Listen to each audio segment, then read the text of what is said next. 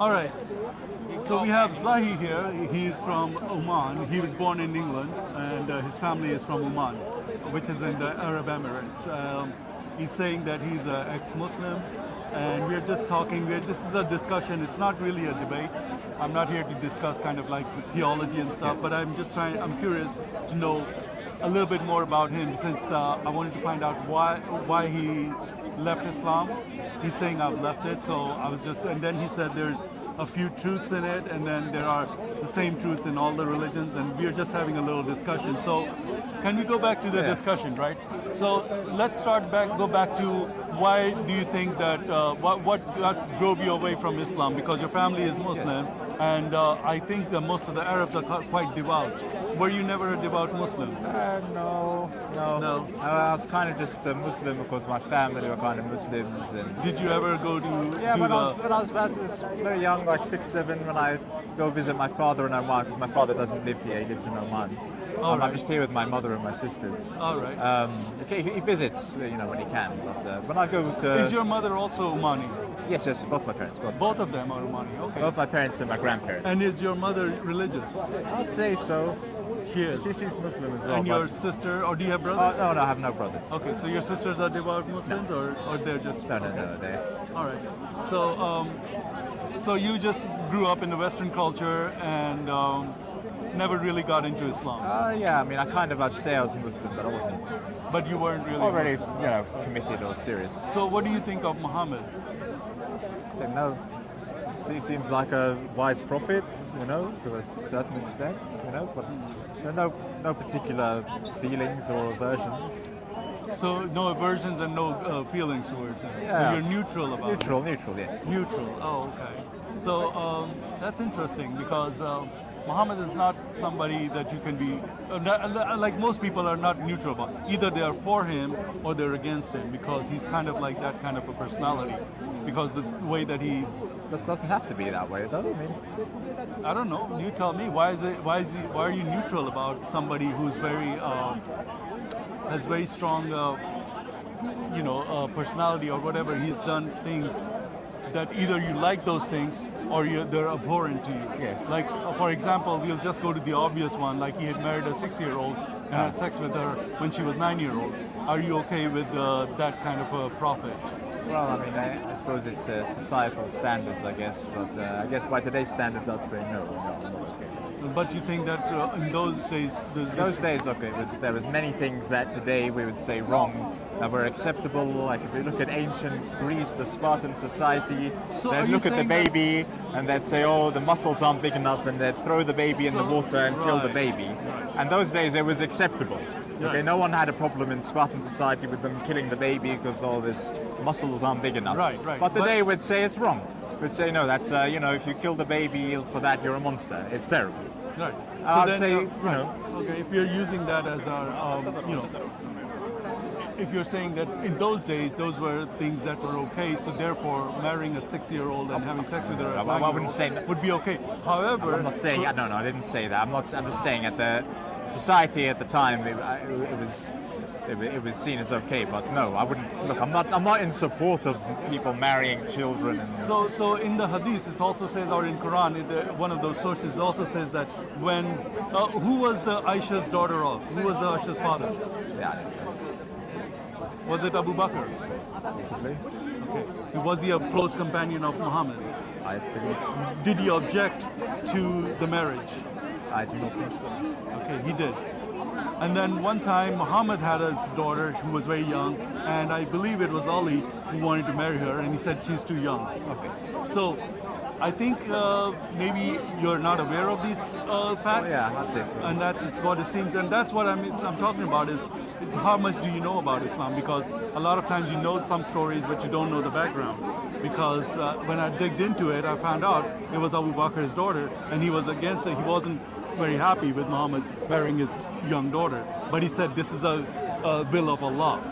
So he brought Allah into his marriage, which is another thing that Allah wouldn't be just there to care. Allah sent Muhammad for saving the souls of humanity, what does it have to do with marrying a 6-year-old? Why would Allah intervene in that? And then he allowed it because now in Egypt and Afghanistan, a lot of Muslim countries, they marry very young women, girls, 5, 6 years old. There was a case in Egypt a few years ago where this man, he married this young girl and he had sex with her to the point that she died because she was very small. And then there was a big uproar in Egypt and they wanted to illegalize this kind of marriage. And then the mullahs quoted Islam and said you can't because you're going against the Sunnah. So that's Islam. So in Islam, these things come from the Prophet. Okay? It wasn't like a hadith where somebody wrote in the hadith it's okay to do this. No, this is the life of Muhammad and he is your example as a Muslim. So that's why I was trying to understand that. Did you not understand Islam? Or because a lot of people we have found that they think that they're ex-Muslim, but in reality they're still following Islam in one way or another. So I'm just trying to get to the bottom of it, whether you have any reverence for it, or is it because you just didn't understand it, it's too confusing, you never bothered to look into it, or you're just... I'd say I never really bothered to look into it. Yeah, okay, so you never bothered to look into it. So anyway, so that's why I was just talking about, then we talked a little bit about, atheism, because you're thinking that... Well, I wouldn't say atheism. Or agnostic? I could say that. I mean, you could say that. But so what I was asking you is, what brought you here to the corner?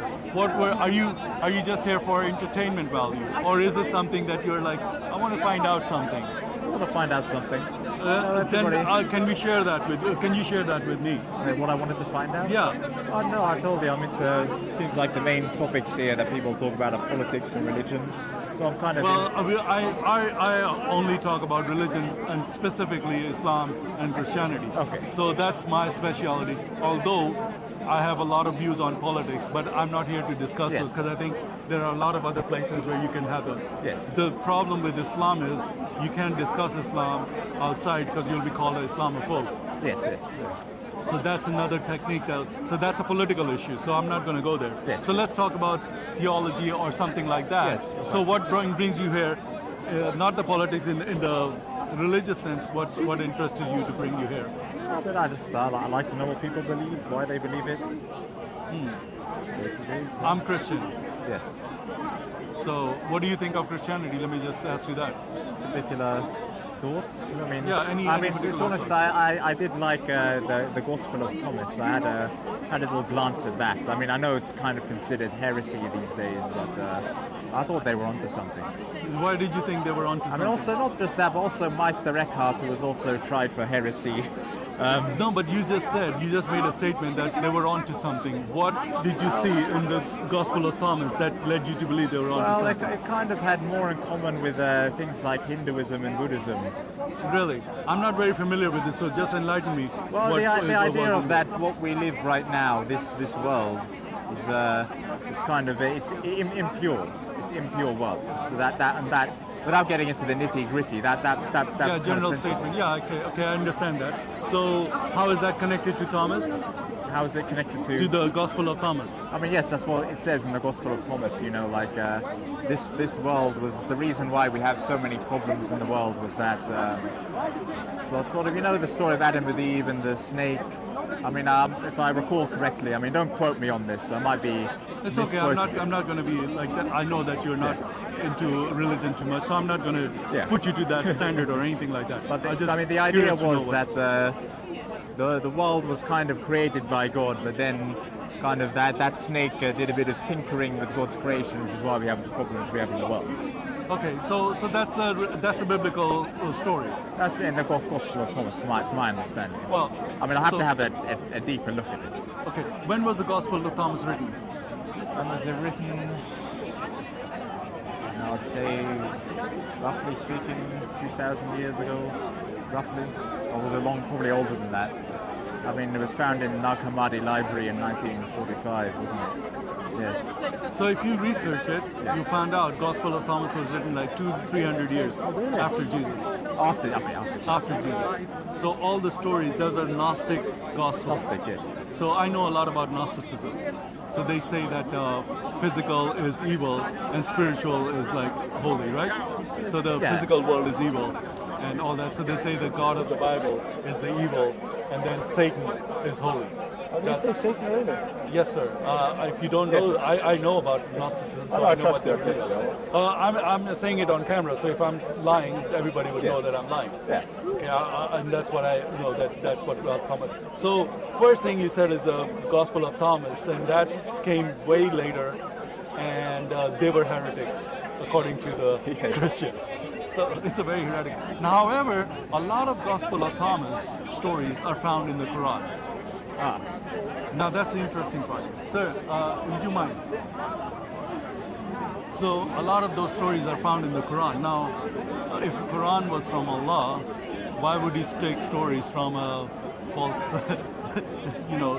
from, let's say, a very heretical book that somebody wrote? Well, the idea is that in the Quran it says that God's message has been revealed before in the Torah. It doesn't use the word Bible, it uses the word Injil. Injil is the gospel. Yes. It's fine. Basically, you can use that word, no problem. It says that basically the message got corrupted over time.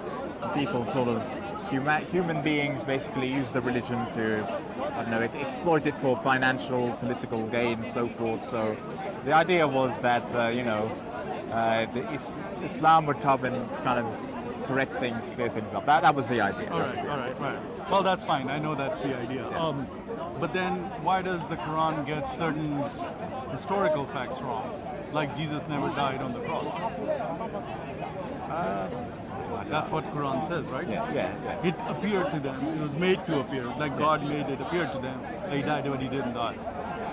So what that does is two things. First, he didn't die for the sins of humanity. Second, he couldn't have rose from the dead since he never died on the cross. That's one of the things I didn't really understand about Christianity. When people say Jesus is God, or God in the flesh, is that correct? I mean, is that what you believe? That if you're a Christian, then that's what you believe. Well, I told you I'm a Christian. Yeah. I mean, I just have to make sure. So, are you asking a question, or? I'll ask you a question. Like, is it the case that Christians believe Jesus was God in the flesh? Yeah, that's because now a lot of Muslims say, where does Jesus say that he was God in the flesh? I mean, yes, that's kind of what I'm inquiring. Like, why did is that what you're trying to ask me? Yeah. Well, two questions. That's one. Okay, what's the other one? No, I mean, if Jesus was God, and then God died, how did the world sort of continue to exist if God died? Okay, that's a good question. But the thing is now we're talking about Trinity. So this Trinity discussion, I think there's 10 million videos on YouTube regarding describing Trinity and why we believe that he was God, where he said he was God, and how he proved that he was God. So, I don't know if we need to go into those details again, but I'll try to give it the shortest answer I can possibly give. Is it easier to say I'm God, or is it easier to tell somebody to get up and walk? Well, I think the walking would be a bit easier. Yeah, if you're dead and I say, get up and take your, or come out of the grave, okay, then on whose authority am I saying that? And I'm not praying to God, please God, raise this person from the dead. He's saying, I'm going to raise this person. Oh, right, okay. Do you understand? Yes. So that's why Jesus said that if you destroy this temple, which was his body, I will raise it up in 3 days. Okay. Not that I will pray to God and he will raise it up. Do you understand? So Jesus made several claims where he said, I will do. Like one of the claims was, so let me make a very simple example for you. Why was Jesus put on the cross? What did the Jews accuse him of and convict him of to merit death? Jews were those Pharisees, right? Yes. The high priest. What did they convict Jesus? What was his conviction in court to merit death? Do you know? Was it heresy? Heresy, of course, and actually blasphemy. Yes. What did he blaspheme? Was it What was his crime? word of What God? was the blasphemy Was that it he could do? false prophet? Was he accused No, of no, being no. a They false didn't. They prophet? didn't say you were a false prophet. What did they say? They say, "Are you the Son of God?" He said, "Yes, I am." Oh, right. They said, "That's it." They tore their clothes. Said, "You don't need any more witnesses. It's a confession. He's committing blasphemy. He's saying he's God." That's it. So Jesus died for a blasphemy according to them, but actually it was because if Jesus was committing blasphemy, why would he commit blasphemy to get on the cross? Is he crazy? Is he crazy? Are you going to come and tell me I'm Son of God? I'm like, wait a minute, I'm going to cut your throat off if you say that again. And you say, no, I'm telling you the truth. And I said, just this is the last warning. Okay, don't say that. Now, either you are Son of God or you're lying. And you know that I'm ready to take your head off. Are you going to keep lying? I'd like to think I wouldn't Unless lie. you're crazy. Unless I'm crazy, yes. Unless you're crazy. Yeah. So either you're saying that Jesus was crazy because he said that, Yes. because what he said was crazy. If you look at it from their point of view. But the fact was that he was telling the truth. And that's his conviction. Okay. Okay? Yeah. And he was ready to die for that because he was telling the truth. So, was Jesus God? Yes, he was. Okay.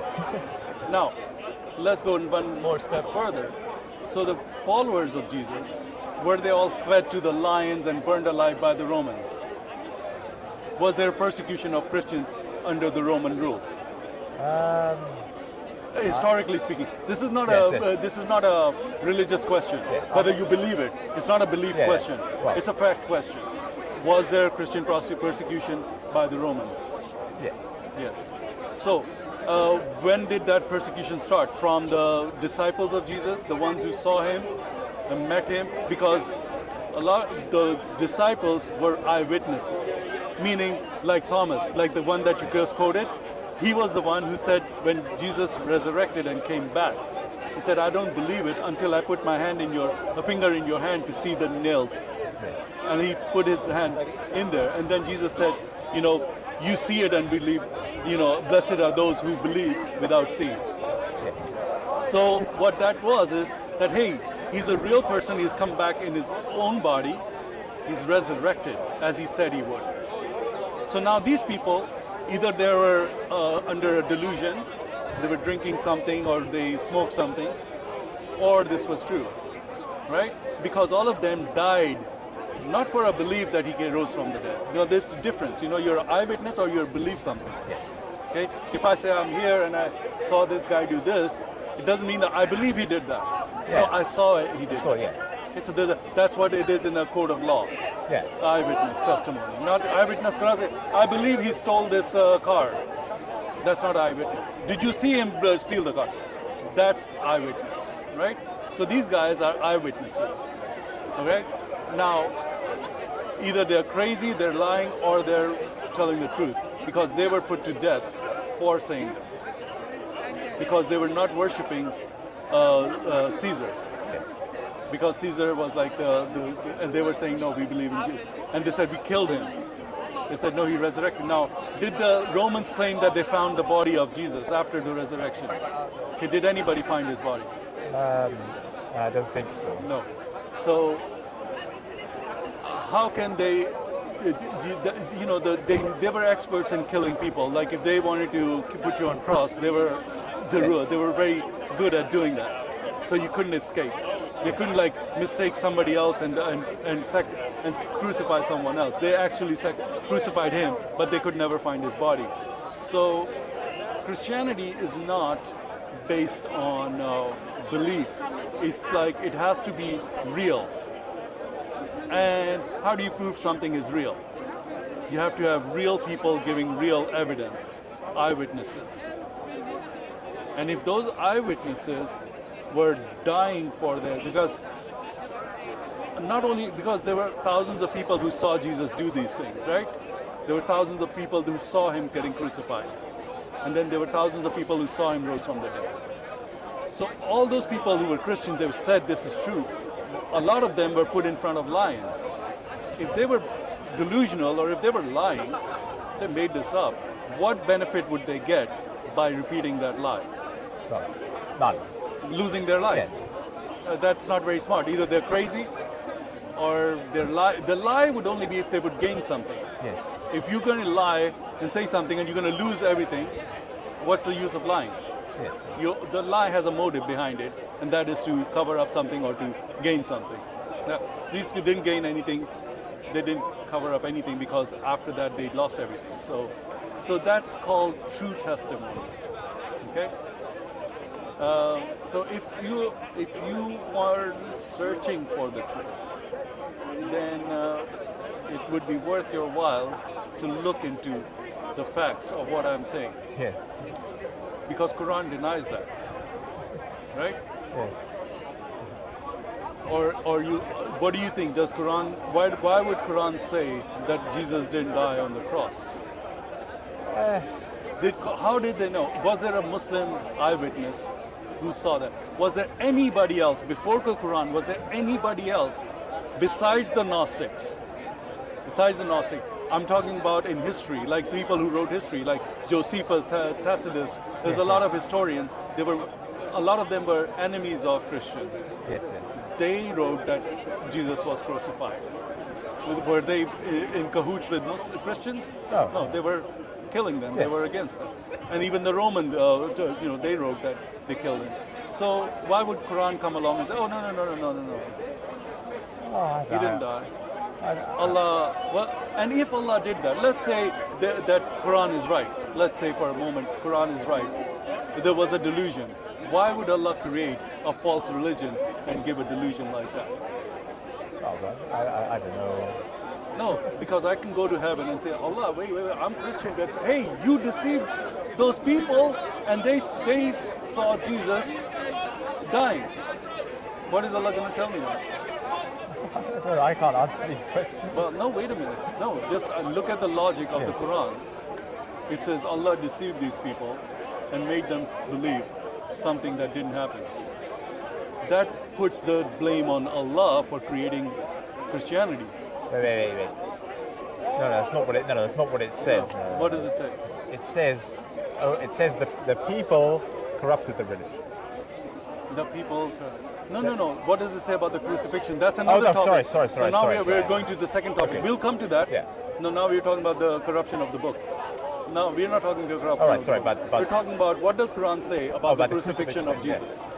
Well, say obviously, kind of, as you said, made to appear as if he had died, but he did not really die. So was Allah deceiving the people into thinking that Jesus is dead, or have died on the cross?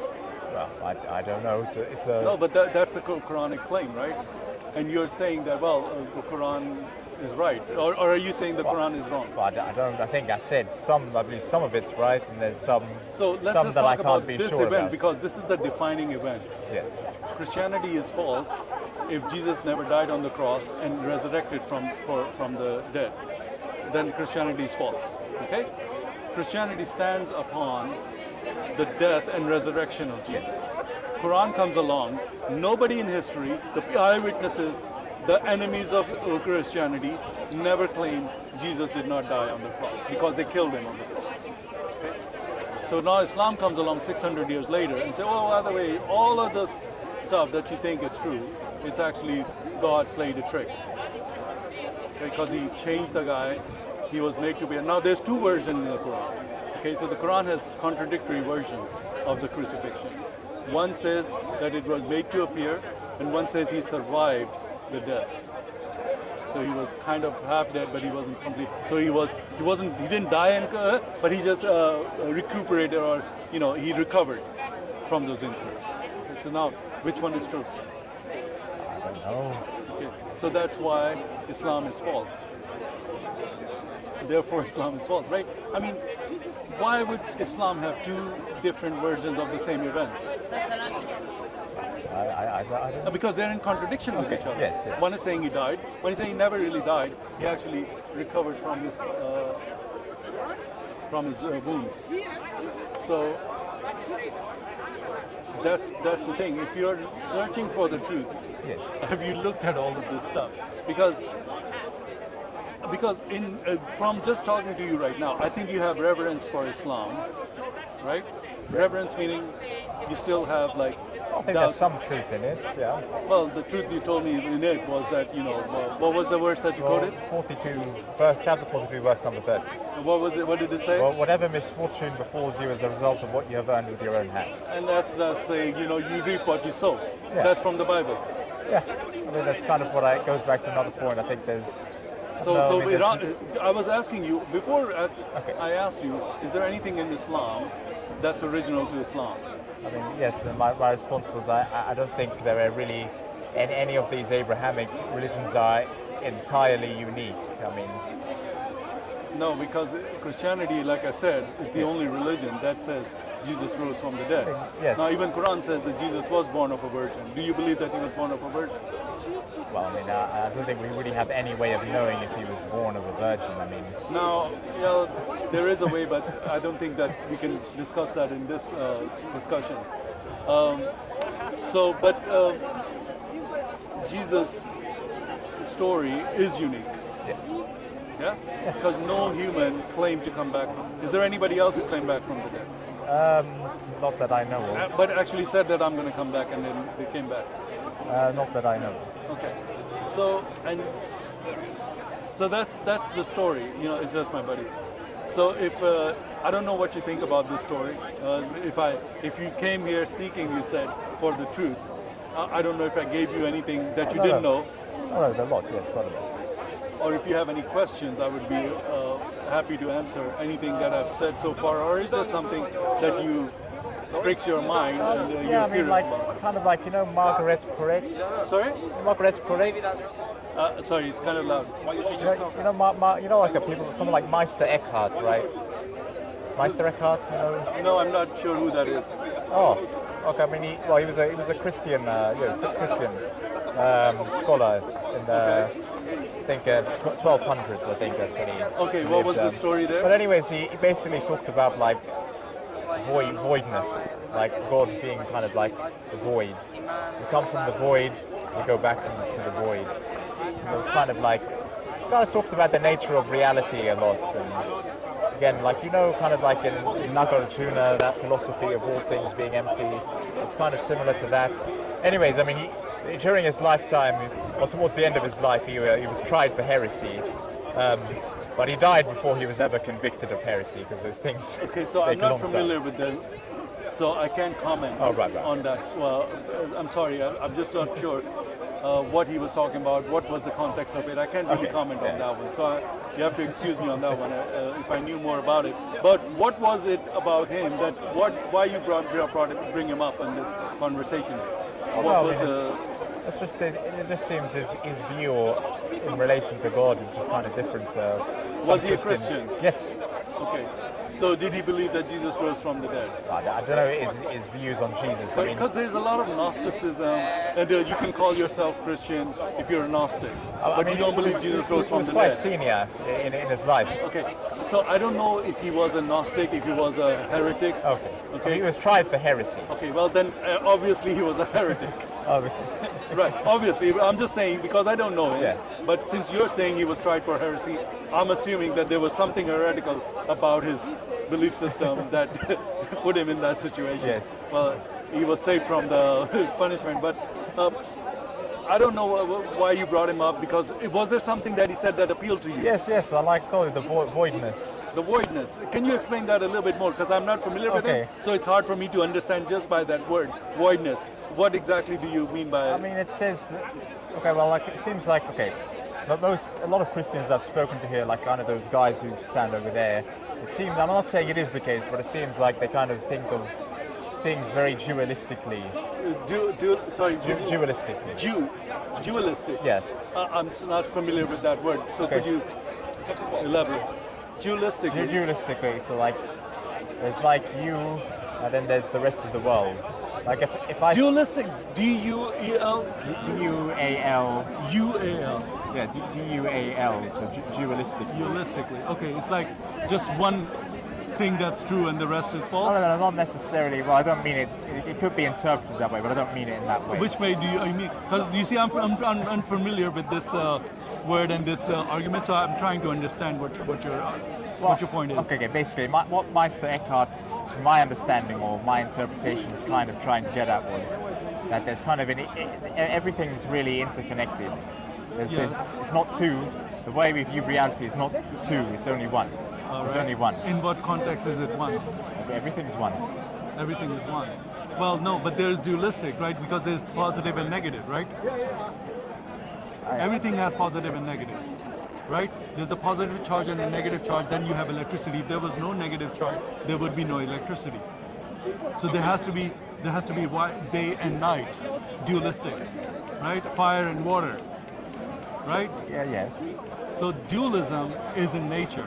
Yeah, but I mean, at the essence, male and female. Okay, but if we talk about those things like nature, like this tree, like these trees around here in the park, right?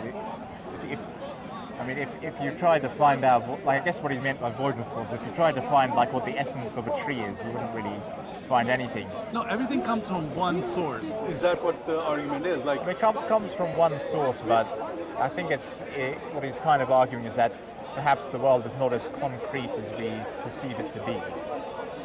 Well, there's a lot of theories about that this is not reality. This is a dream. I don't know if he was getting at dreams, but he was kind of in that postcode. Yeah. So the way that I see that is because in the Aborigines in Australia, they say that this is a dream, and then when you die is a reality. So it's a dream world. So we are just dreaming all this right now. This reality is a dream. In a way, I kind of find that very fascinating, because in Christianity or all this is a temporary life, yes. And the real life will start after death. So in a way, it's kind of true what they're saying. In a way, I'm not going by, I'm not getting too deep into that. But if they're saying that this is a temporary life and this is a dream, and you will wake up in reality. I want to wake up in reality where it's not a nightmare. Yes. Right? That's what I've got to be. Like, okay, I'm in a dream, but in this dream, because if you're in a dream, it's called a vivid dream. Have you ever had a vivid dream? You know what a vivid dream is? A vivid dream is where you are conscious that you're dreaming. Let's say, have you ever had a dream where you were flying? Or you were like way above everybody? Or have you ever had a dream where you were drowning? No. Have you ever had a dream? Have you ever had a dream? I mean, yeah, but they're very mundane. Mundane. You never had any dream where you were running away from something, No. or you were falling from No. nothing like that. No. Okay, because these are some dreams that happen that are very common. When people are stressed out, they have drowning dreams, they have falling dreams, they have sometimes, when they're not in control of their life, they're flying above stuff and they feel like they're going to fall. Yes. Have you ever had any of these experiences in the dream? No.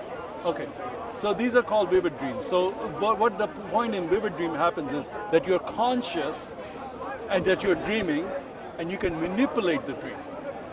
Do you understand? Yeah. So that's a very interesting thing. When I was looking into this, it just shows that even in your dream you can be conscious. Yes. So if this is a dream and we are conscious in this dream, then we can manipulate this dream. Yeah. To wake up into the reality where we are not falling down and dying. Yes. Because there's another thing that they say, in a dream you can never end up dying. Because if you die in a dream, and this I don't believe this, that you can actually die. Yes. Because in a dream you always end up saving yourself. How much of that is true? I'm not saying I'm a full proponent of this, but these are things that I've heard, and it kind of fascinates me to look into this. But what I'm saying is that if this is a dream and we can manipulate this dream to wake up into the result, where we don't end up in the wrong side. Because let's say if it is a dream and we end up and we make the wrong choices and we wake up to the, something that we were told in the dream that this is the truth after this dream, and we didn't believe it, or we didn't want to follow it, then we could end up somewhere else. That's my take on that theory. Okay. Yeah. So it's nice to talk to you. I don't know what else we can say, but did I answer anything? Is there any? Because I'm not sure if we can continue this discussion. I mean, I like to talk to you because you seem like a really decent person, and the way that you look like somebody that I knew very closely. So that's like, that was like, hey, this is my friend. Maybe he don't remembers me. I'm like, oh no, he's not in. So that's why, and it seems like you. No, it's a friend of mine back home. So anyways. did you have any other, because the point that I'm trying to share with you is you come to a place like this where there's a lot of mostly religious discussion, and I think 80 to 90% of that is between Islam and Christianity. Yes. Since your background is Islam, and you're saying on camera that you're ex-Muslim, which is kind of like you're putting yourself on the spot. Oh, wow. But then when I dig a little bit deeper into it, then it seems like you still have some sympathies for Islam. Because of course. Because that's where you came from. So ex-Muslim is not really a term we can give you. Oh, that's like I think so because I don't go to the mosque. I don't pray and all this. A lot of Muslims don't do that. Oh yeah, okay. I guess. So but, you're nominal Muslim. But I guess I don't know. It's also like I don't know. Belief. There's some things I don't necessarily believe. Like do you think? Is there a heaven? Is there a hell? I mean, I don't know if I believe that. It's a possibility. I don't deny it, but I think we just don't know. We just don't know. Why? Because Islam says there is a heaven and hell. Oh, that does, yeah. Obviously. So, and you believe in Islam, so you would go to heaven, right? I don't necessarily believe in Islam. You keep... No. I'm just saying that because you're saying that there's some aspects, but I wouldn't. If I believed in Islam, I'd call myself a Muslim. That's right. That's right. Wow, that's interesting. All right.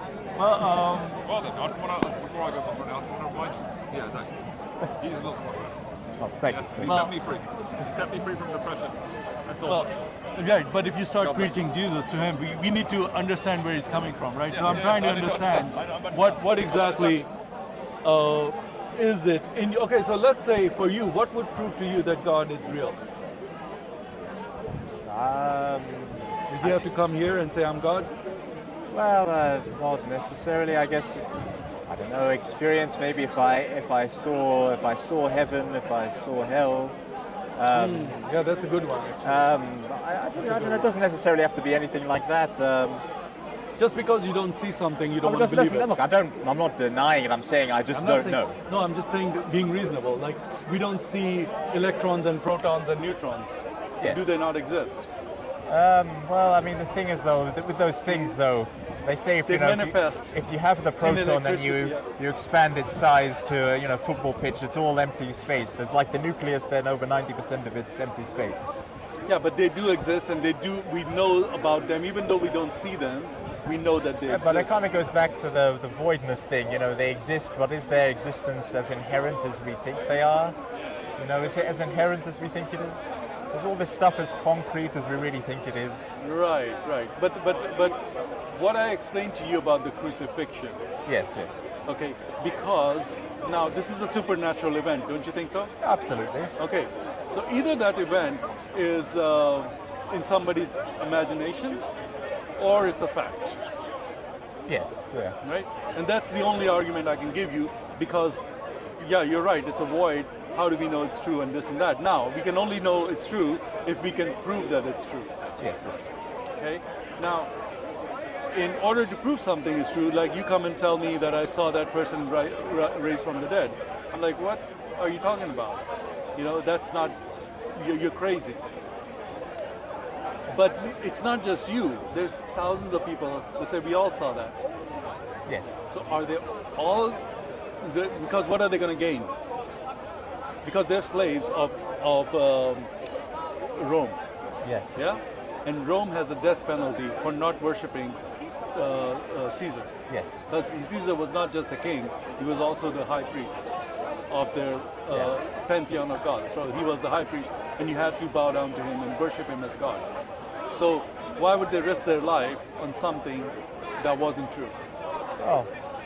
My friend, you're a very sensible person. And as far as I've talked to you, you're also kind of an honest person. To as honest as an ex-Muslim can be. So you also have to take that into consideration. But you are. So it's a pleasure talking to you. Likewise, yeah. Okay?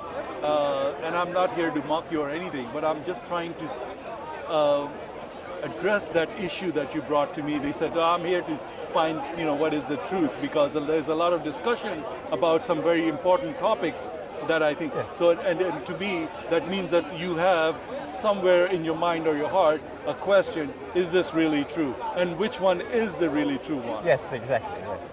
Thank you. That was what I gathered. So that's why I wanted to see what you thought about Islam, because these are the two biggest religions in the world, Yeah. right? Okay. And you come from one and I come from another one, right? Now,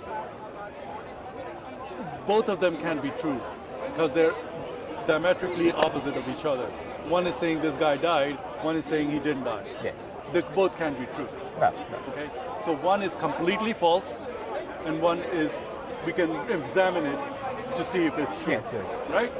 So I kind of try to prove that Islam is completely false because I showed you that history, Islam does not just contradict Christianity, it's contradicting history. Christianity is a belief system, then you can contradict that belief system. But then when you start contradicting reality, which is history, then you got another problem. Do you understand? Yes. So that's why I was like, since you come from that background, I debate, and you will watch. Now you have my channel. You will watch my debates with Muslims. Yes. Okay, and if we keep in touch, I hope we would. That we can just, you can always ask me Yeah. questions or anything like I that. mean, the thing is, one of the things that Muslims say, like basically, like the prophesization of Muhammad in the Gospel of John. I think I have it. I mean, I want to know. I want to know what. It's like the stupidest thing in the world. I love for you to bring that up. Please do. I don't know. I mean, this is. I know what you're. He's the spirit of truth, right? I think it's. Let me see. I got it on the phone. Where's the? He's talking about where Jesus said, "I'll send you a helper." What's the verse reference? It's The in Holy John. Ghost. Jesus said He'd send you the John something, right? I forget what the reference is. I was just wondering if you can look it up on your phone. Oh yeah, here I got it. He's got it. Okay. So it's John chapter 16, verse 12 to 14. I think Jesus Go ahead, says, read it, Paul. I have many things to say unto you, but ye cannot bear them now. For he, when the Spirit of truth shall come, he shall guide you unto all truth. He shall not speak of himself, all that he hears shall he speak. He shall show you things to come, he shall glorify me. I mean, the Muslims would argue and say this is the prophesization of Muhammad. But you just read it. It said glorify who? Me. Me. Who's me? I mean, is it, I guess... Who's speaking? Jesus. And he's saying me? So He shall glorify this spirit of truth is going to glorify him. How is that Muhammad? I don't Did know. we glorify Jesus? That's what the Muslims argue. I mean, I'm not saying I believe that argument. But I already told you that Islam, my friend, they have the moon on the mosque, right? Yeah. The crescent moon. Why? I mean, I think they believe the moon was split into two or something. Okay. Do you know that the crescent moon is a symbol of the moon god? I mean, very ancient Greece, yes. No, not in ancient. Oh, sorry, not ancient Greece, but the Kemetic religions. In Arabia. Ah. It's called Hubal. You can look this up. Yes. If I'm saying it on camera, I'm not making this up. You can Google it. Ancient religions of Arabia, before pre-Islamic Yes. Arabian religion, and you'll find Hubal. Okay, Yeah. and the symbol was the crescent moon. So, and he was called Allah. Oh. Why do you think Muhammad's father's name was Abdullah? No, Abdullah means slave of Allah. Yes. So who was Allah? I guess it was the moon god. That's the thing. Do you understand? Yes. That I have this video, you will see it. I challenged them. I said, so then they say, oh no, we didn't put it there. The Turks put it there. Okay. You know, the Turkish Empire? Yeah. The Ottomans, yeah. Now, where did the Turks get this moon and the sun? From the Turks were Mongolian Turks. They got it from Mongolia, Yes. who were pagans. They had the moon and the sun. All the pagan religions. It's a very ancient symbol. Yes. All the pagan religions that worship the moon and the... Now, Sabians. Have you heard of the term Sabians? It's in the Quran. Yes, yeah. Who were the Sabians? I don't know who they were. Star worshippers. Ah. It's in the Quran. Yes. This is actually in the Quran. But they were star worshippers. Now they'll say there's two types of Sabians, and that's true. There were one Sabians that were followers of John the Baptist. But they're also very heretical. Wait, I think I know them by a different name. I think I know them as Mandaeans. Yeah, that is the name. Yes, you're right. So I had a debate with Adnan Rashid. Have you heard of him?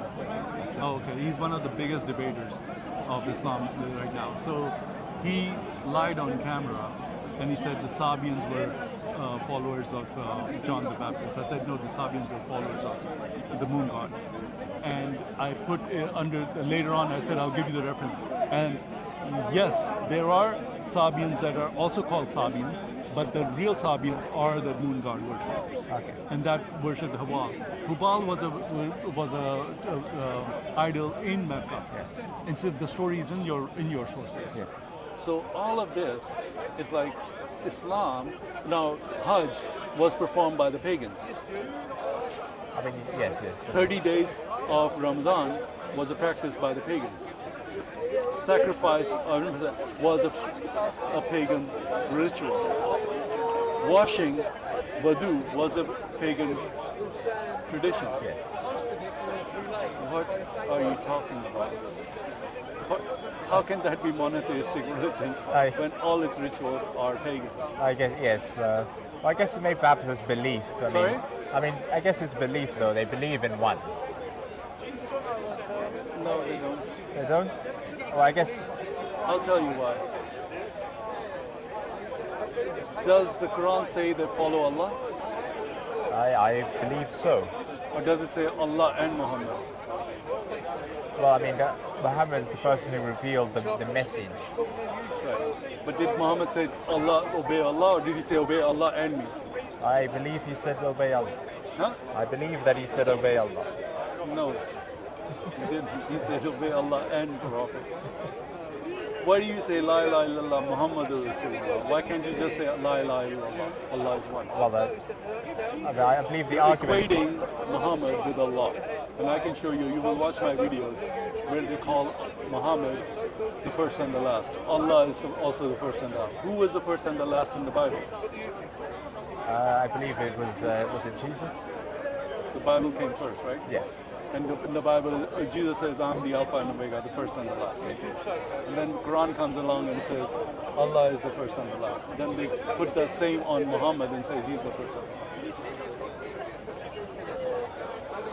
You can't, I mean, it's not, there's like, it's a sieve.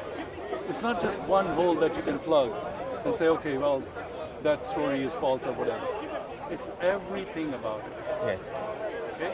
So, you can, because Islam and Christianity is debated here, that's like, it's not even a debate.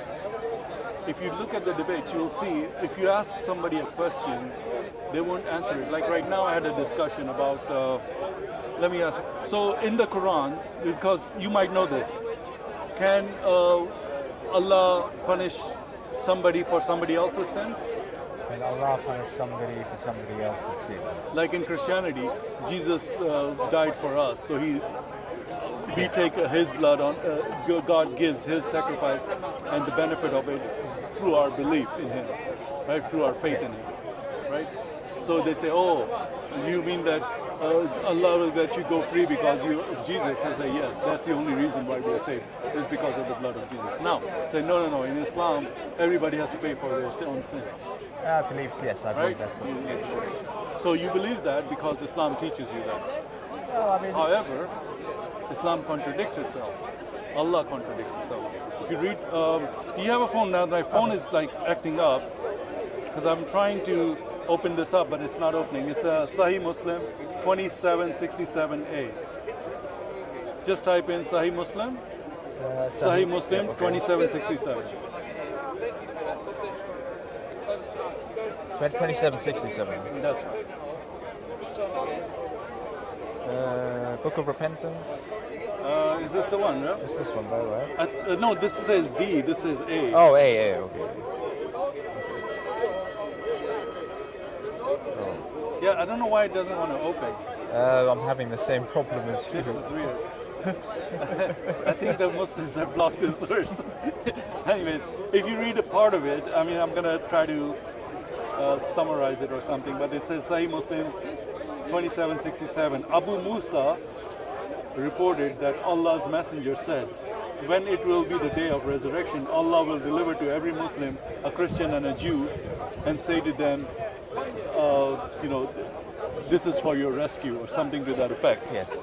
So how is it that Allah is sacrificing a Jew and a Muslim for Muslim sins? To pay for his sins, he's putting in a Jew into hell because this Muslim needs to be rescued from hell. And Allah is rescuing him by putting a Jew or a Christian in his place into hell. This is what this verse is saying. I asked the Muslims, some of them said this is daif. Meaning it's a heresy? No, daif means it's weak hadith. Weak hadith, right. So, but Sahih Muslim, meaning Sahih means that it's not daif. Yes. By its definition, Sahih means it's correct, because all the scholars have found it to be correct. But then any Muslim can come and say, no, this is Sahih. It's like, what? Who made you the authority on which is Sahih and which is Sahih? So, and some of them would say, we don't understand, you're giving it a misrepresentation. I said, the wording is very simple. You don't need a tafsir to understand it. It's not like a very complex or very ambiguous. Yes. No, it's very clear. So, Islam is not, it's not like it's a religion. It's just it's a civil code and it's a legal law. So Islam doesn't say that you have to believe in it, it just says you have to say the Shahada. Okay? Because Prophet said that, you don't have to believe in this, you just have to say this. And then you'll be safe. So Islam has nothing to do with spirituality. Because they were asking, I asked them, what is the punishment of if you murder somebody? They say you are a Muslim, let's say, and you murder somebody. What is your punishment in Islam? They said death. I said, okay. Let's say you're a rich guy, and since you're from Oman, probably are. Well, that's the assumption. And you can pay the family blood money. Okay. Right? I said, is that halal? He said, yeah, that's halal. I said, who made that halal? Allah made that halal? I thought you said Allah is just. Where's the justice? I'm a rich guy. I can kill 100 people. I can pay all their families. That means Allah is just? I think that's... How does that make Allah just? Well, I think didn't that happen in Saudi Arabia with the Khashoggi, basically? What happened?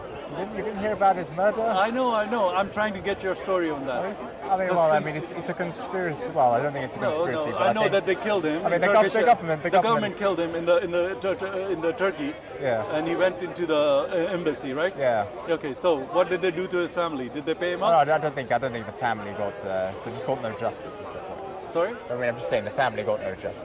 No justice. Yeah. So how did they get away with it? Oh no, it's the government. The government. So in Islam, there's no justice. Allah is not just.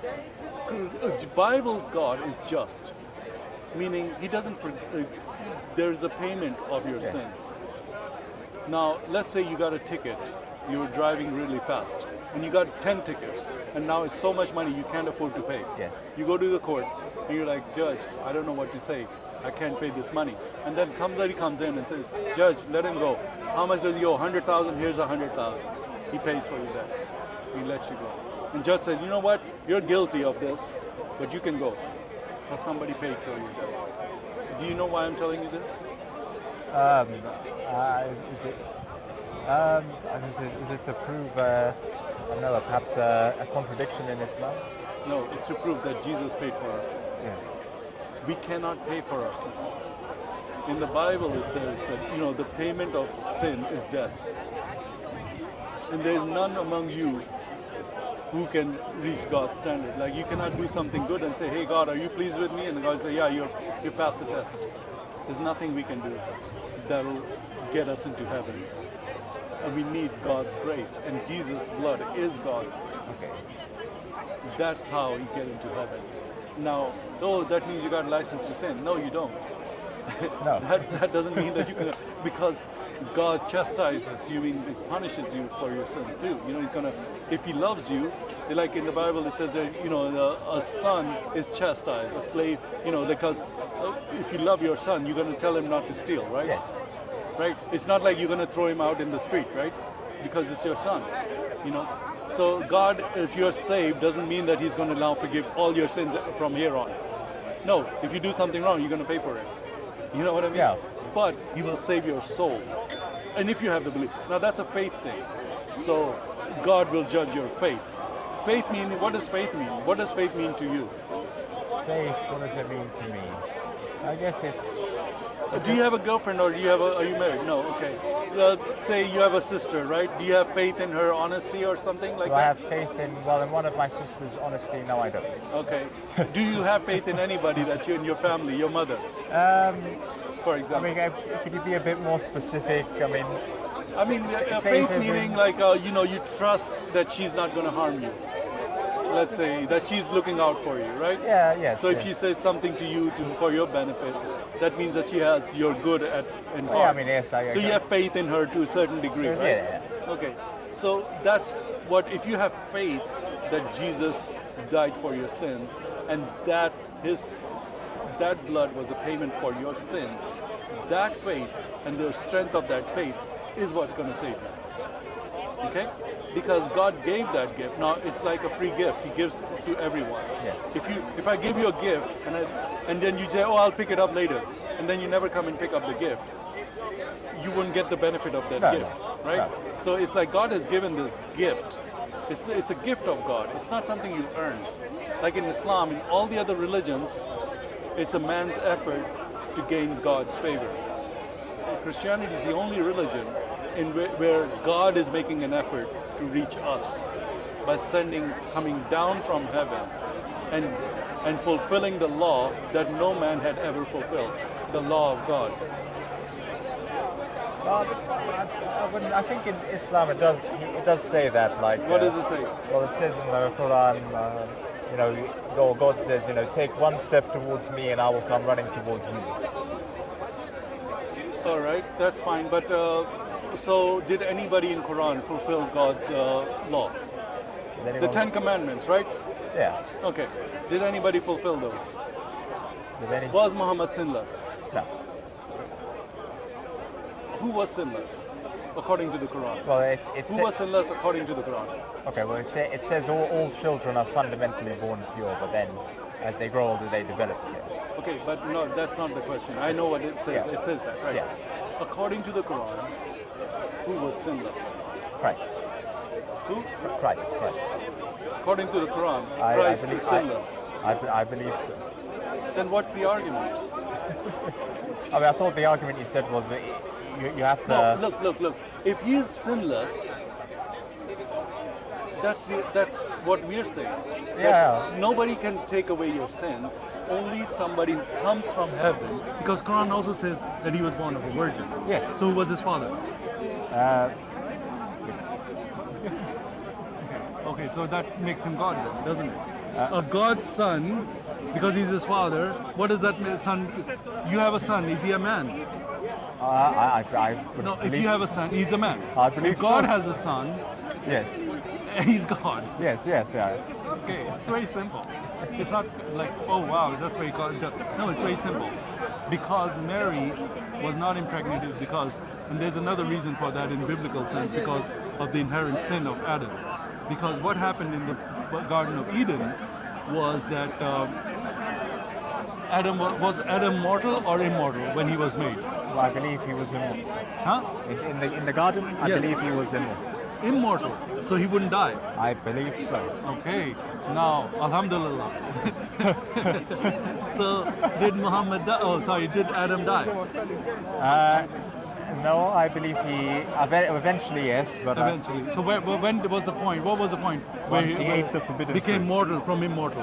when he ate the forbidden fruit. Wait, the forbidden fruit. Okay.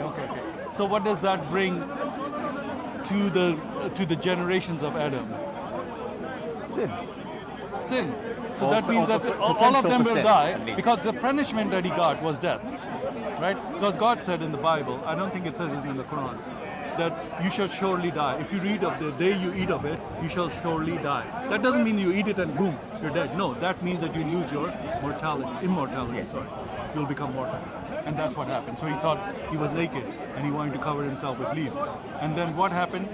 God gave blood, gave a sacrifice of a lamb. And through that skin of that lamb, he covered his sin. Yes. Right? Yeah. Because he made them a tunic to cover him and his wife. So that was the first thing where God said that the sin has to pay for by death, by blood. There is no forgiveness of sin without blood and without death. Yes. Very simple. Yeah. Okay. So who came to pay for that debt? Like men could not. They tried their best. There were prophets. Was there any prophet who didn't commit a sin? They were all sinners. Yes. Yes. So how can they reach God if they're sinners? Can God forgive just say, oh, you only had one sin? Okay, you're in. He's holy. Holy means sinless. Yes. When I go to heaven, it's not because I earned it. I cannot earn it. I'm only going because Jesus has given from his account, because his righteousness has been put on me through his blood. And my acceptance of that blood makes me sinless. Not my own deeds. Now, of course, those deeds will count, but that's another story because it counts for rewards in heaven. Rewards are not same as salvation. Yeah. Salvation is a free gift of God. It's that if you accept the gift. If I gave you a gift, you never accepted it, you're not going to get the benefit of it. Yeah. Okay? He gave it to you. He said, hey, my son gave this his life. He came down to die for you. Now, if you don't take that gift, Yeah. it's not going to be any benefit to you. I don't know what else I can say at this point. I think I've given you. No, it's been great. Thank you. Yeah. So, what does this? How would you conclude this? All what I've said so far. Does it answer anything for you, or does it raise more questions for you? So it answers some questions, raises more questions. Yeah. But I'm going to look into it more. Right. All right. Well, I think we're going to conclude it at this point. Yeah, but just one more thing. I mean, there's quite a few versions of the Bible nowadays. I mean, which one would you recommend reading? I guess. I mean, King James or Old Testament. So let me get into that a little bit. So Bible is not written by Allah. Yeah. Okay. Whereas Quran is written by Allah. Yeah. That's the way I answer it. There are versions of Bible have different grammar, have different. There are some very easy versions. Because sometimes I read like some versions, I'm like, I didn't quite get it. So I go to another version. Oh, okay, that's a very simple way of saying it. So there's no contradiction. That's what the point is. Yeah. All those versions are saying the same thing in different ways. Yeah. Okay. Okay. It might say he died, or it might say he was killed by the Romans. It just means the same thing. Killed or died, is the same thing, right? So what I'm saying is there's no contradiction between them. They're just different versions. So I can just read any version. Huh? So you can read any. If you want to read, I would suggest maybe read a simpler version. There's something called Bible Hub, and it has all the versions. Okay. And you can just go and pick one, because you can just look at one verse and see which one version explains it the best to you. Okay, yeah. I'll show you if you want to know how to do that. It's very simple. Yeah. I can show it to you. But those are not different versions, meaning now there are different versions of Quran that contradict each other. Yes. They don't want to accept it, but that has been exposed here several times. I don't know how long have you watched any videos about Speaker's Corner in the past? No, I just came here.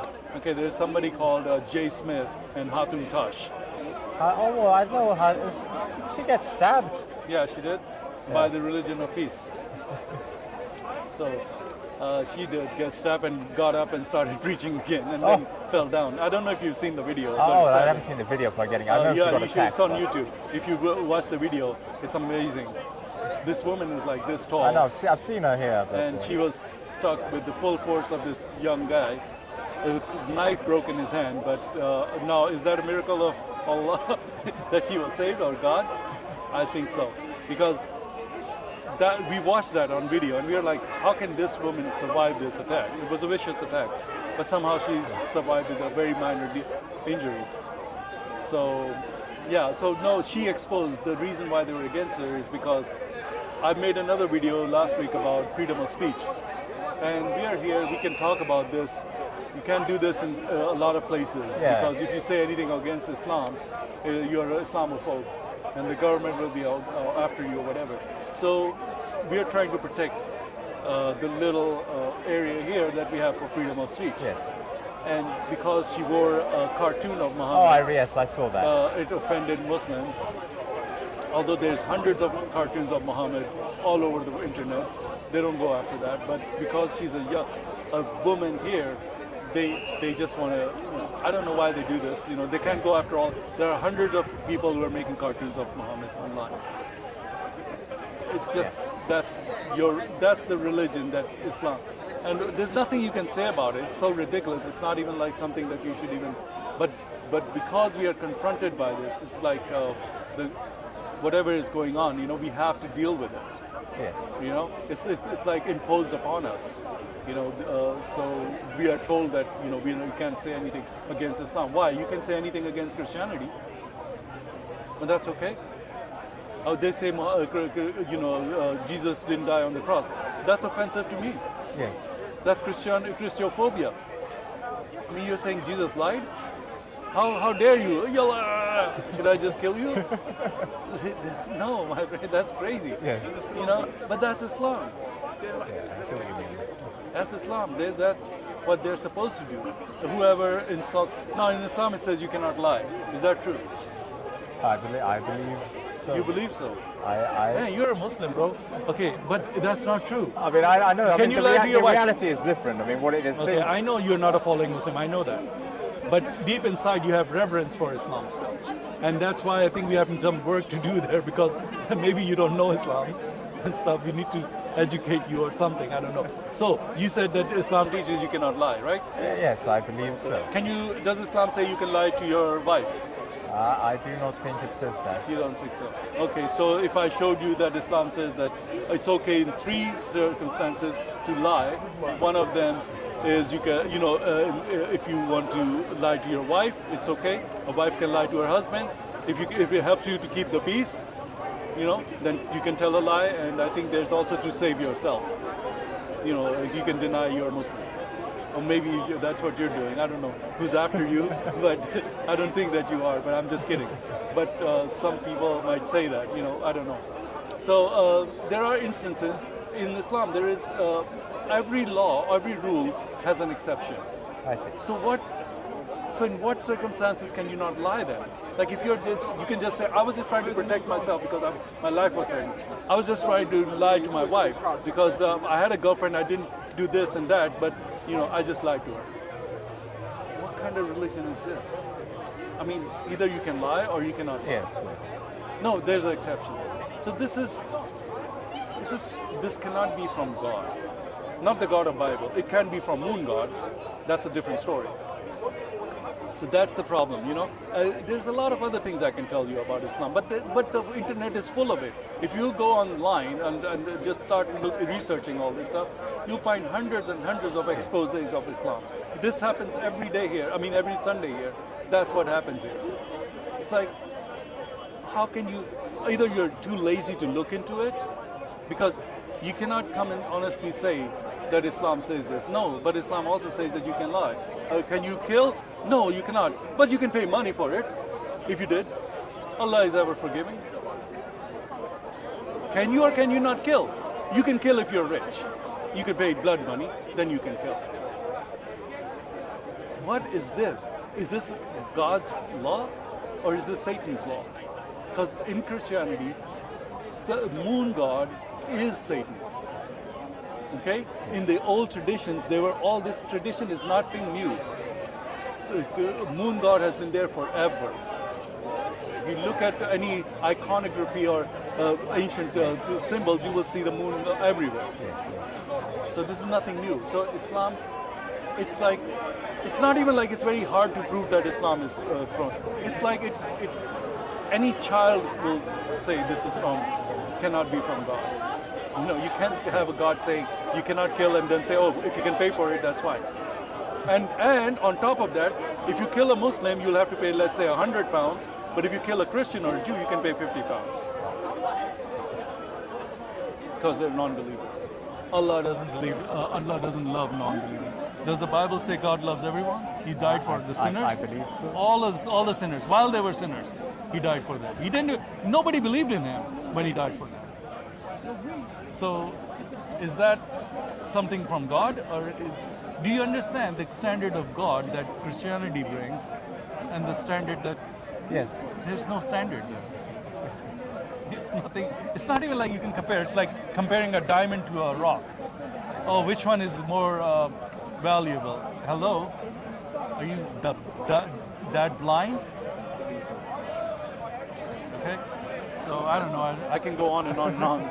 But if you have any other questions, since you brought up a question when you were closing, we went into this tangent. But I'm happy to answer because that's what I'm here for. And like I said, I like talking to you. It's not a problem. I mean, are you familiar with the Mirror of Simple Souls? I'm thinking of reading that book. I mean, Sorry, Mirror of Simple Souls. yeah. Who wrote that? So you know the Beguines, about the Beguines. It was kind of like this. There were these Christian women. They weren't nuns, but they kind of lived a bit kind of like that lifestyle, but they weren't nuns. Anyways, there was a lady who was a member of that order. Oh, which time period is this in? Roughly, I think 1300s. Okay, roughly. all right. So in the medieval time. Yeah, medieval European, medieval France. Yeah. Okay. Fine. So what was going on then? Anyways, no, she just wrote this book, which got sentenced to death. Actually, burnt at the stake. Okay. But it kind What of was the heresy that they were it was talking kind about? of again. It was about. I don't know. It said like. Well, she goes. I mean, I haven't read the book. I've read about the book. I Okay. haven't read What the is book, it? but- What did you get? But from my understanding, she talks about that basically, you can. We're kind of, since we're made in God's image, you can kind of. I mean, she goes through various ways, but she says eventually you can get to a point where you just everything is just God, basically. Like you get rid of all your ego, and then nothing except yeah, God but remains. that's like, isn't that like Buddha or something, right? Yeah, You get rid of your basically. ego and then everything is God Basically. and all that stuff. You see, the first lie Satan told Eve, what was it in the Bible? Did God say that you will die if you eat this fruit? What he's doing is he doesn't want you to become like him. So he's beguiling, he's telling her you can become like God. And that lie has never changed. Still, the big lie out there is you can become like God. I don't think that's what she was saying. I think it's. If you're saying that everything is God, that means you can be like God. Okay, maybe I misspoke. Maybe you did, but there is this out there, like Yeah. in the New Age, Yeah. which encompasses a lot of different beliefs actually. I mean, New Age is kind of very vague. Actually. Yeah, but that's vague because it's meant to be vague, because it wants to encompass a lot of different situations, and it's partly yoga, it's partly Buddhism, it's partly this, that, all kinds of stuff, because everything is part of that that thing. Yes. And in there, the main thing is that you will become like God. So nothing has changed. The Bible says that Satan is the father of lies. Okay, so lies is deception. Does the Quran say that Allah is the best of deceivers? Does the Quran say That Allah is the best of deceivers. Allah is the best of deceivers? Yes. As in, He is the best deceiver? Best of deceivers. Best of deceivers. Yes. Maybe. So there's a lot of debates about that. Yes, Allah does say that. And if you want the Sunnah and stuff, I can get you the reference for that. It's in the Quran. So Allah is the best of deceiver. In the Bible, best of deceiver is Satan. Yes. Okay. So Allah is Satan. Because he deceived the world into thinking Jesus died on the cross. He is the best of deceivers. I mean, we don't disagree. Allah is the best of deceivers because he is the moon god. And his job is to deceive people. And he deceived people into thinking that Jesus didn't die on Right. died on it, but when he didn't. So I don't know. Everything that you brought up, what was your last question about? Margaret Perret and her book, The Mirror of Simple Souls. Right. So, what exactly is in the Mirror of Simple Souls? I mean, that's the thing I was kind of hoping you'd be able to help me out with that. So, what is the theory of that? I can't. There's a lot to it. It's very in depth. But one of the aspects, amongst other things, is kind of like, just emptiness. Like, it's perhaps not saying, she didn't say you become like God, but it's kind of like Everything is God. Not everything is God. It's like you clear your ego, and then basically you reflect like I guess you could say you become like a mirror, and you not necessarily become God, but you reflect the light of God. Okay, well, that's like Sufism. That's Yes. like a lot of the monasteries and stuff. They deny themselves. You know, they like monks. You know, monks, they'll go live in the monastery. All they do is prayer and work. That's it. They deny all their fleshly desires. Yes. Okay, so that's nothing new. I mean, that has been around for a very long time. I mean, she was tried. I mean, she was tried and convicted for heresy in her life. Yeah, I mean. she would be, because that's false. So it's, okay. Yeah, it is false. You're supposed to have a full life, and if you as a monk, if everybody became a monk, then what? Yes. Does think that God is going to be pleased by that? No, because He wants people to live. See, the thing is, Bible God wants us to be happy and love each other. See, the message of the Bible is God is love. Yes. What is the golden verse in the Bible? If you heard John 3:16, for God so loved the world. What did He do? He loved it so much. He loved it so much that He gave His only Son. Yes. So whosoever shall believe in Him shall not perish, but have eternal life. Okay, so did Jesus, was He killed? No, He said, nobody can take my life. I'm giving it willingly. Hello, if I want, I can get 10,000 of the angels, and they'll come and destroy all these enemies. But I'm not here to do that. I'm here to sacrifice myself. Sorry. Speaking of angels, I have another question, if that's All right, okay. there we go. Sorry. Are you tired of us? It's all right. Okay, go ahead. Sorry, last one, I promise. All right. No, it's to do with the description of angels, like in, I think it's book of Isaiah or Ezekiel. Okay. I mean, it says like rings and eyes. Yes. I think one of them also mentioned kind of has an animal head, one goat's head, human head. No. I'll give you the heads. Yes. Eagle, Yeah. ox, lion, and a man. Yes. Yeah. I mean, it's. This is a very okay. Is that true, or is it? What does that mean if it's true? What do you mean if it's true? I mean, because I don't know. Generally, I mean, it seems like people think of It's angels called tetramorph. as kind of like, I don't know, humanoid figures and the white robe and halo and all that. So, do you know what your? Now we're getting into very esoteric stuff. Yes. It's highly esoteric, and I don't know if I should even go with it right here, because it's called tetramorph. These four, the angels that they're describing. Yes.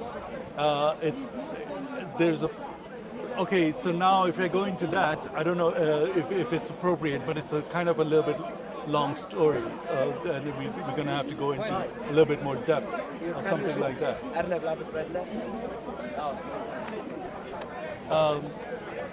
Jesus' story, there were three wise men that saw the star in heaven and came to worship Jesus. Do you know the nativity story? Yes. Yeah, right, the Christmas story that the three magi, wise men. Yes, shooting star, they go to the Jerusalem, Jerusalem, because they follow the star. Yes. Now, I don't really want to get too deep into this because, I don't know if it would be appropriate at this point. Yes. Because I don't want to get you to it. But since you asked such an esoteric question about the Bible, I have to bring some of this up. Yes. I'm going to try to keep it with a minimum. So, in the Bible, there's something called the Mazzaroth. And in Job 38:32, God says to Job, "Canst thou bring the Mazzaroth in its cycle?" What is the Mazzaroth? It's the 12 constellations. I was very fascinated by the 12 constellations since I was 12 years old. Now, do you know what sign you were born under? Taurus. Taurus. Wow, nice. So now you know you're born under Taurus. So a lot of people these days, they know what sign they were born under. Did you ever think that you were a bit of a Taurus? That your description matches some of the traits that you have? Remind me, what are the traits? Well, you're kind of very much of a Taurus person because you're very calm. They're Yes. very deliberate and they're very well grounded and they're very humble kind of people, you know. And everything about you is matches that description. And anybody who knows our Dick, and you can just Google Taurus traits and you will see, and then you can see whether or not it matches your traits or not. But that's what it is. But let's not get off the topic here. Sorry, yes. So the reason why I mentioned that is because those 12 constellations has Leo the lion, it has Scorpio the eagle, Yes. it has Aquarius the man, and it has Scorpio, which is in there? Scorpio, Aries, Leo the lion, and which one? Oh, Taurus, Yes. the ox. Yes. Okay, so your sign is in there represented. So, and like I said, I don't want to go too deep into it, but those astrologers were reading the signs in the sky, right? And they brought them there. Now, is another Psalms, I don't know if you've heard of Psalms, David wrote Psalms, right? And in Psalms 19, he says, heavens declare glory of God. Day by day they speak about him. I'm just summarizing it. And night by night they give knowledge. What is he talking about? He's talking about the constellations of telling the story of Jesus, Yes. the Messiah that's coming. So all over the world, all the kings had astrologers. I don't know if you know history, but that's how it was in the old days. And the astrologers were telling them, because they were all looking for this Messiah that's coming all over the world. And that's why these Magi came, because they saw this is telling them the King of the Jews is born. So I'm going to leave it at that, because if we get too deep into it, we don't have the time and the scope. But next time, maybe one of these days, we will go more into that. Thank you. Thank you very much for it. Thank you. And by the way, we have a group, and we would be happy to have you join us. We go to I don't know, do you ever do you drink, or is that a haram? Huh? No, I don't drink. Okay, do you drink soda or something? Oh, I drink, like Pepsi or something. Okay. Yeah. So why don't you drink alcohol? I was brought up not drinking it. Believe it or not, I mean, my sisters aren't particularly religious, so they both drink. And you don't? I don't, no. But it's nothing to do with Islam. No. I mean, I was because I was brought up not drinking, so I guess it played a part. So that just played a part. But then, well, as I said, like my sisters drink. But there's also kind of like in my family, there's certain people who become alcoholics. So. Oh no, that's bad. How can the Muslims become alcoholic? Oh, Are they Muslims? Some of them. Some of them. Yeah. That's bad. I'm sorry to hear that. Yeah. All right. Well, what I was trying to do is, since you're a real gentleman, it'd be nice to have you around with us. You can have a Pepsi or a soda or something else. We have a little get together afterwards. We discuss, and we can continue our discussion if you like. Oh, thank you. All right. Thank you so very much. It was a pleasure to speak to Zahi. Zahi. Yeah. Zahi. All right. It's a wrap up. Thank you. This was a great conversation with an ex-Muslim, as he's proclaimed, but I think he has Muslim sympathies. But we are working on it, and we'll see what happens. He's here to find the truth, and I hope we can lead him to the truth. Thank you.